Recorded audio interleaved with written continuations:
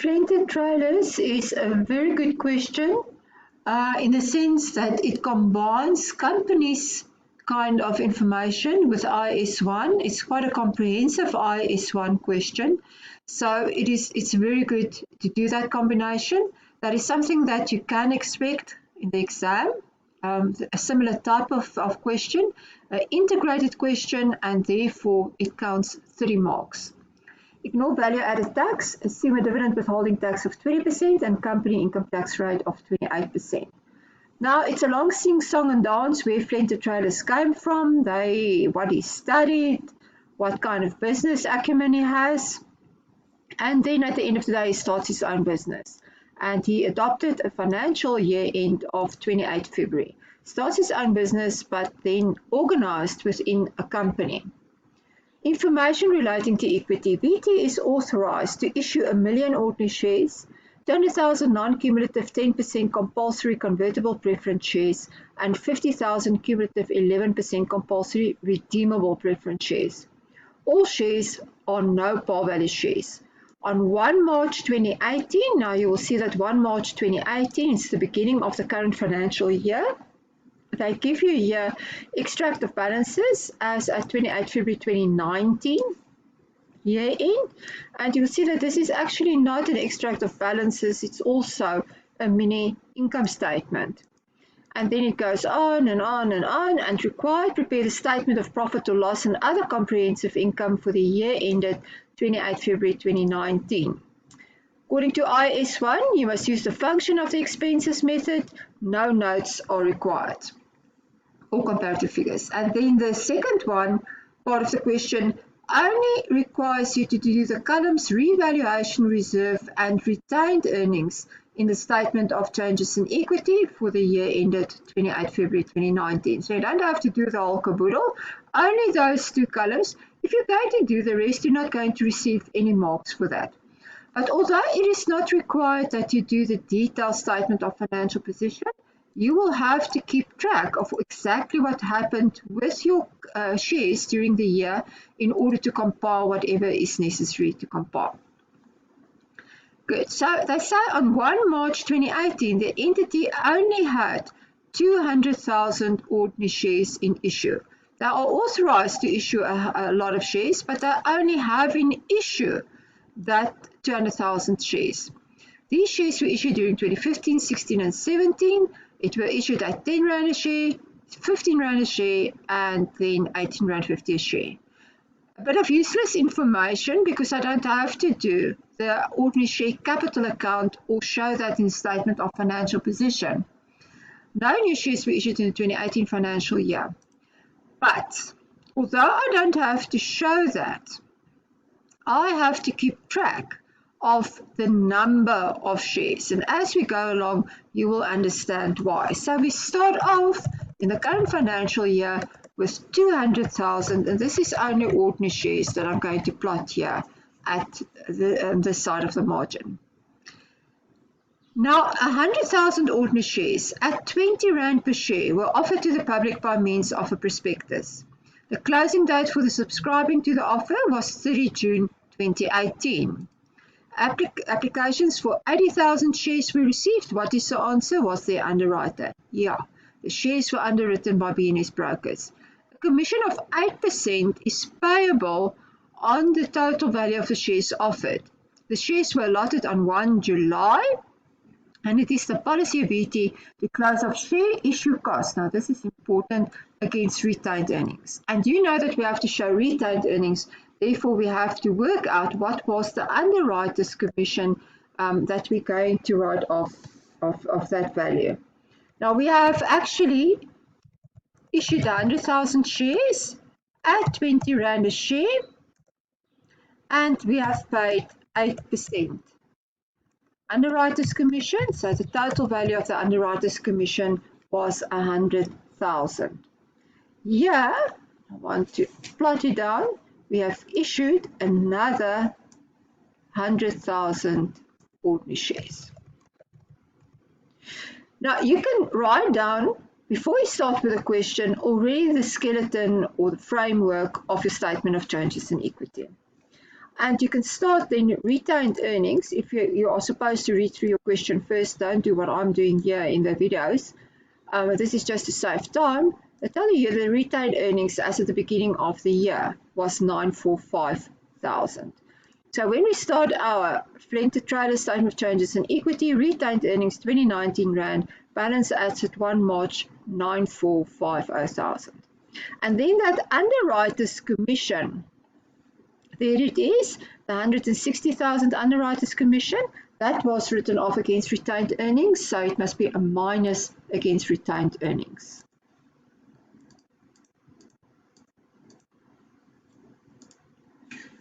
On 1 October 2018, 25,000, dates are important, 25,000 non-cumulative 10% compulsory convertible preference shares were issued. Now remember, up to the beginning of the year, there was none of these shares in issue. So it's the first time that we're going to issue some of these shares. Total receipts of 750,000 were banked.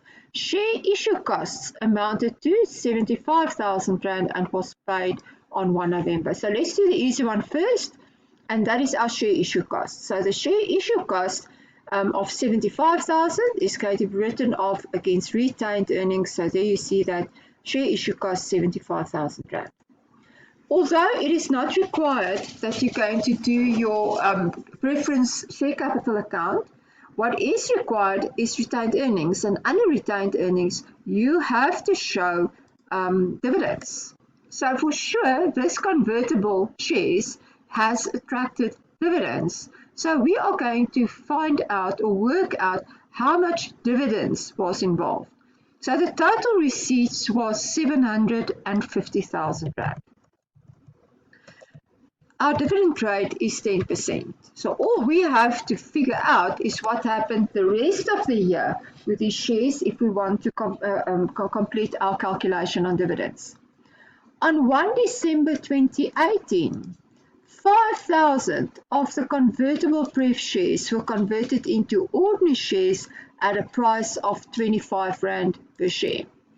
So here, what happened is that of that 25,000 shares that we've issued, we have converted 5,000 of them into ordinary shares. So the value that we have to make good to these preference shareholders is a total of 150,000 Rand. Those shares were issued at a price of 25 Rand a share. So that means that we must have issued here 6,000 ordinary shares. So if you take of 150,000 divided by 25 Rand gives us 6,000, multiplied then by 25 Rand a share, and that will bring us back to the 150,000.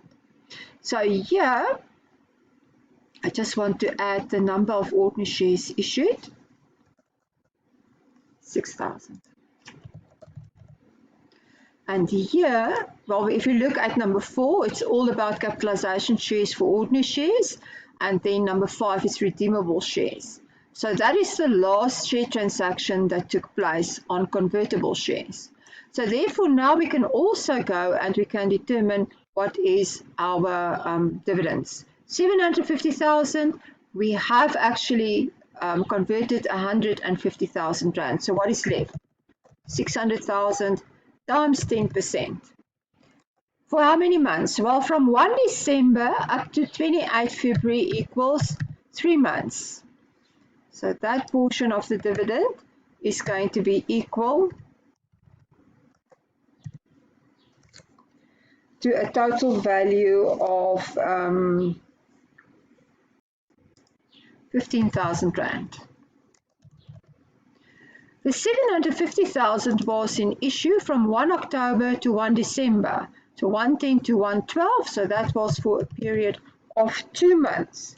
So the dividend applicable on that portion of capital was 12,500. So total dividend is going to be the 12,500 plus the 15,000. So total pref dividend is going to be equal to 27,500 Rand. So I have the pref dividend. If I like, I can split my dividends in my statement of financial position between preference dividends and ordinary dividends. So if you want to, you could have parked it already on your statement of changes in equity, statement of changes in equity, where you have reduced your retained earnings. On 25 February 2019, a capitalization share issue was done. 2 ordinary shares were given for every 10 ordinary shares held at a price of 25 Rand per share. Is there a value attached to the capitalization issue? Yes, there is. How much? 25 Rand a share. The issue was funded out of retained earnings. What happened here, guys? What is retained earnings? Retained earnings is equal to all the profits that I've accumulated over time, which the company did not distribute to the shareholders by ways of a dividend. Now, at this stage, it feels that the retained earnings has actually accumulated to such a large amount, but the company does not have cash to declare a dividend and give a dividend to their shareholders because there's cash involved. So instead of doing that, they are going to give their shareholders additional shares. But there is a value attached to that share, and that value equals 25 Rand a share. And what he's saying is, I'm going to capitalize now my earnings into share capital in order to do this capitalization issue. So the first thing that you have to know is how many ordinary shares are in issue. Well, we have 200,000 plus 100,000, 300,000 plus another 6,000. So we have in total 306,000 shares.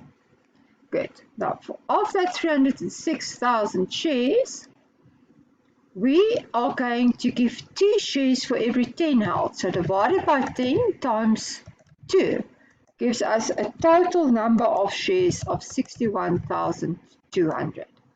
At what? At 25 Rand a share. So what is the total value of this issue? 1,530,000. Now, before we go too far, I just want to plot that number of shares here as well. So the number of ordinary shares in the capitalization issue was 61,200. The value of that 61,200 shares was 1,530, and that we capitalized out of retained earnings. So what do? We are going to debit retained earnings, 1,530, and we are going to credit ordinary share capital with 1,530. Good, then on 1 September 2018, 15,000 compulsory redeemable cumulative preference shares were issued. The total amount received was 750,000 Rand. Now, if you look at the authorized share capital, we had 11% compulsory redeemable shares that we could have offered. So here we can work out our interest for the year. It's going to be the 750,000 times 11% multiplied from 1 September 2018 up to 28 February 2019 is exactly 6 months. So that means that the total interest that we're going to pay, oh, goodness gracious me, that as well, times 6 months equals a total of 41,250. Now remember that being interest. Now we have to do in the first part of the question the statement of profit or loss and other comprehensive income. So if you have written down the framework of your statement, you know that you will have a line item finance costs. So whilst you have now actually worked out finance costs, you might as well park it on the statement and then it's done. Finance cost 41,250. There are no other finance costs, so that was the only figure that you had to plot. Good. Additional information. Now you will see under the additional information, what they do is they actually gave you the income statement. And they've already grouped it together. They say operating income is so much, and that consists out of interest received on fixed deposit, dividends received, and rental income. Distribution expenses consist out of staff remuneration, sales agents, fees on delivery vehicle, vehicle repairs, license for delivery vehicle, traffic fines paid, insurance on delivery vehicle. All of them clearly distribution expenses. Administrative expenses, water, electricity, bank charges, staff remuneration, auditors' fees, stationery, repairs and maintenance, credit losses. Clearly, all admin expenses already grouped together and in one total. And then other operating expenses, assembly-based staff remuneration, insurance, telephone, blah, blah, blah, blah, blah. And that then all grouped together in one total. So there's a lot of information that we still have to take into account, but for sure our starting point is going to be these totals that they've already provided. So operating income, we're going to start with that total. Distribution expenses, we're going to start, etc., etc., and then just do all the adjustment entries that we have to pass against whatever section we have to pass it to. Now on 26 February 2019, an invoice for 17,400, right on top they say ignore that, was issued to Mr. Bell, a client who pays on a regular basis. The invoice has not yet been recorded. It is a policy VT to make use of allowance for settlement discount accounts for regular clients should the expectation exist that he will be settled, the account will be settled 30 days from invoice date. A settlement discount of 5% is allowed, and Mr. Bell always settles his account in time to make use of the discount. The selling price of the trailer is determined by adding 50% margin to the cost. Right, so our cost formula looks like this. Then also, what they are telling us is that 17,400, we are making use of allowance accounts. So how much of the income are we going to recognize in the current financial period? Only 95% of the 17,400, which equals 16,530. So what am I going to do? I'm going to debit the debtor with the full amount, 17,400. I'm going to credit sales. So I'm going to increase my sales figure with that amount of 16,530. And the difference between 17,400 and 16,530, I'm going to post to my allowance for settlement discount account. First semester work, very important. You must still be able to do first semester work. Good. Now, cost of sales. We already have a cost of sales figure there, so obviously that cost of sales figure needs to be adjusted.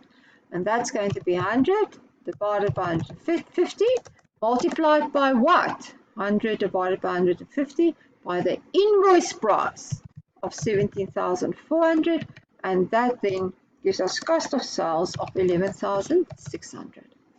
So obviously we're going to increase our cost of sales here with 11,600, and we're going to credit what? Closing inventory with 11,600. On 28 February 2019, after an inventory count was done, it was found that the stationery to the value of 300 Rand was still unused. Now let's adjust that. Stationery will be an admin expense. Here's stationery, so what are we going to do? We're going to reduce the expense and we're going to add it to inventory consumable goods. Then the inventory for trailer parts. Now, after the first in first out method was applied, amounted to 125,000 Rand. That is the physical stock on hand.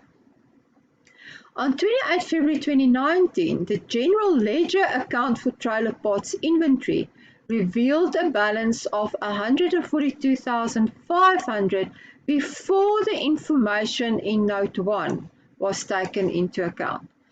What is that balance going to be after the information in Note 1 is going to be taken into account? 142,500 less the cost price of the goods sold of 11,600. That will be now our latest balance on our general ledger account, which is 130,900. Now, what is the adjustment now? The physical stock on hand is only equal to 125,000. So therefore, we still have to pass an inventory write-down in our books equal to 5,900. So if we're going to write down inventory, what are we going to do? We're going to credit inventory and we're going to debit cost of sales. So if we debit cost of sales, it's going to increase with 5,900. Property, plant and equipment. VT adopted a cost model for all purposes PPE items except for land and buildings where the revaluation method is applied. Land and buildings are not depreciated. All other items of property, plant and equipment are depreciated over the expected useful lifetime. The depreciation methods applied: machinery and assembly area, straight line method. Equipment in the admin area, assembly will be other operating expenses. Administration building, admin expenses on the reducing balance method. And delivery vehicles in the dispatch area, obviously it's going to be selling and distribution, and they use the unit of production method. Machinery, all machinery was purchased on 1 September 2018, current financial year, at a cost of 780,000. The total estimated residual value was set at 30,000 and it's depreciated over 3 years. So how much is the depreciation? Not yet been taken into account. 30,000 divided by 3, and we have used that for a period of 6 months. So total depreciation, 125,000. Now here in our operating expenses, where is our operating here? Operating expenses, we're going to start with the total that they give us here. Operating expenses, 1,138,900. That's where we start. 1,138,900, and then we're going to add to that the depreciation that we've just worked out of 125,000. Then on our equipment, they say equipment used in the admin building. On 1 March 2018, it's right in the beginning of the year, it was decided to replace one of the items included in equipment, a photocopier machine with a carrying value of 8,000 Rand. So right in the beginning of the year, we haven't used it, so that was the value at the date of disposal. The old photocopy machine had to be repaired regularly. BT was fortunate to sell the old copier for 9,400 Rand. So what was the profit that we've made? Obviously the difference between the 9,400 and the 8,000, that equals then 1,400. Under other operating income, now we start other operating income again here with a total operating income 438,500. 438,500, and we're going to add to that profit on the sale of the copier, 1,400 Rand. Then what about the equipment that we still had in our possession? There was a new photocopier machine, so that was the only one that was sold. So let's quickly work out the depreciation on the old machinery that we still have on hand. We started off the year with a carrying value of 88,000. We've sold equipment with a carrying value of 8,000. That gives us 80,000, and we are depreciating this equipment on the reducing balance method at 20% per annum. 20% per annum.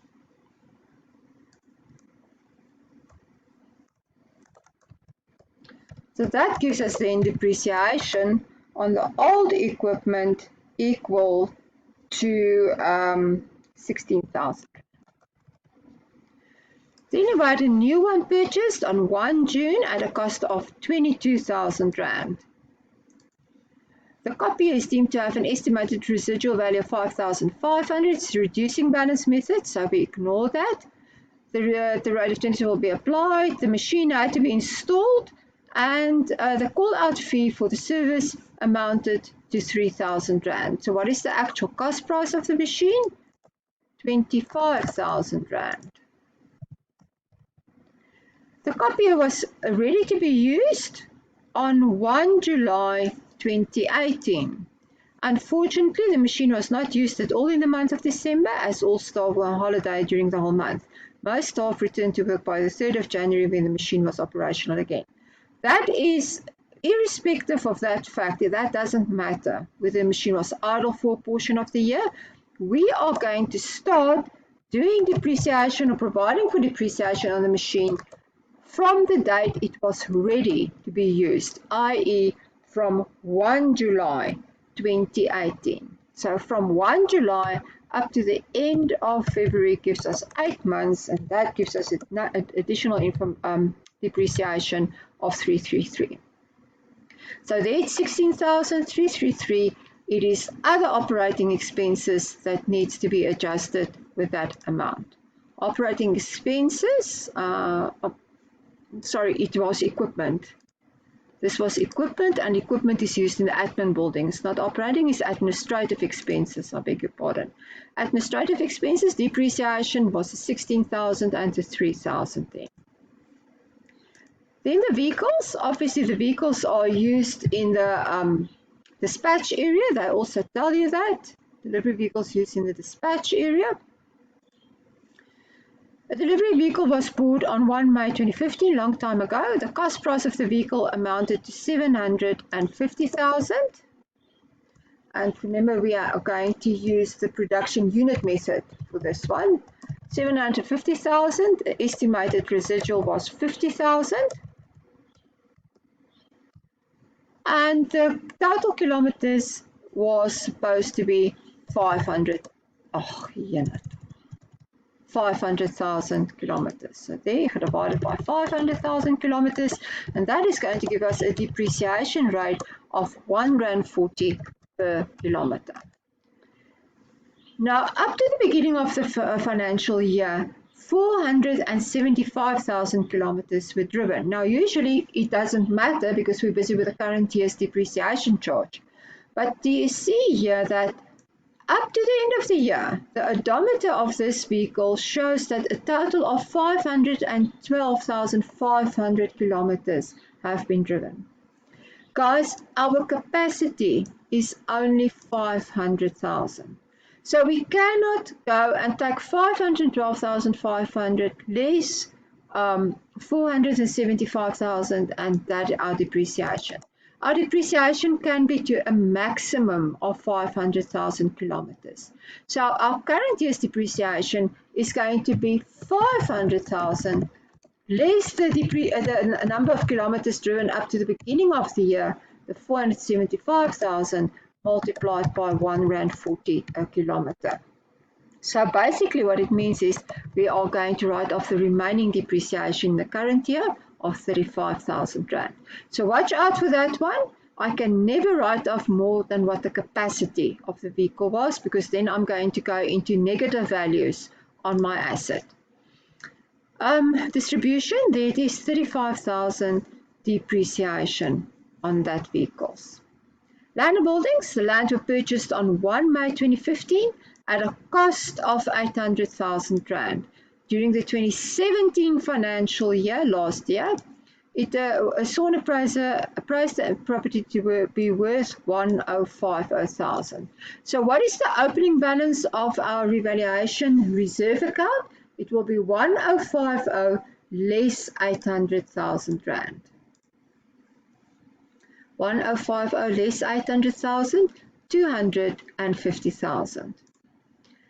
The same appraiser appraised the land to be worth 1,250,000 at the end of the financial year. So what is the movement? The movement is now 200,000. 1,250 less 1,050. So our other comprehensive income for the year being 200,000. So I can put it on my income statement under other comprehensive income, revaluation surplus 200,000. And then I can also go back and I can put it under my revaluation surplus account next to total comprehensive income, 200,000 Rand. The first and final dividend for the final year was declared on 8 February 2019 at 15 cents per ordinary share. Well, now it is not an issue because what have we done here? Here we know exactly how many shares were in issue. 200,000 plus 100,000, 6,000 plus 61,200. So in total, we then had 367,200 shares in issue. Multiplied by 15 cents a share gives us an ordinary dividend of 55,080. We have already spoken about that dividend on the pref shares of 27,500 Rand. So that 27,500 is the rest of our dividends. So total dividend, if we did not show it separately on the statement of changes in equity, we are going to show the total then according to the memo here of 82,580. You could have split it. You could have set ordinary dividends, preference dividends in two separate figures, but it would have added up to 82,580 in total. Great. Now the only other thing that we have to do is to complete our statement of profit or loss. So if you look at your revenue figure, it will be equal to the sales figure that they gave you plus this adjustment entry that we've passed on that invoice, which hasn't been processed, the 16,530. Cost of sales would have been the 3.9 million plus those two figures that we have adjusted against that account, 3,917,500. So there's our sales, there's our cost of sales. Please note that we do not call it sales, but we call it revenue. Okay. Gross profit, operating income, well, we have fiddled around with that one. We've added to the amount that they gave us the profit on the sale of the photocopier, so total 432,250. Distribution expenses. There it was after we've adjusted it with the depreciation. Here's your admin expenses after we've made an adjustment, and there's your operating expenses after we've made an adjustment. So we just transfer the totals up to the statements, the face of the statement. 189, 258, 1263. We already inserted the finance cost, which was the interest on the redeemable pref shares, and then our tax for the year. After all the above adjustments were taken into account, the total tax charge for the year amounted to 80,023. They just gave you the provisional tax payment so that I can deduct 5 marks from your income statement. So that what we need is our tax charge for the year, 80,023. So now we can go and calculate our net profit after tax. So our net profit after tax, that will go to our retained earnings, 98,174.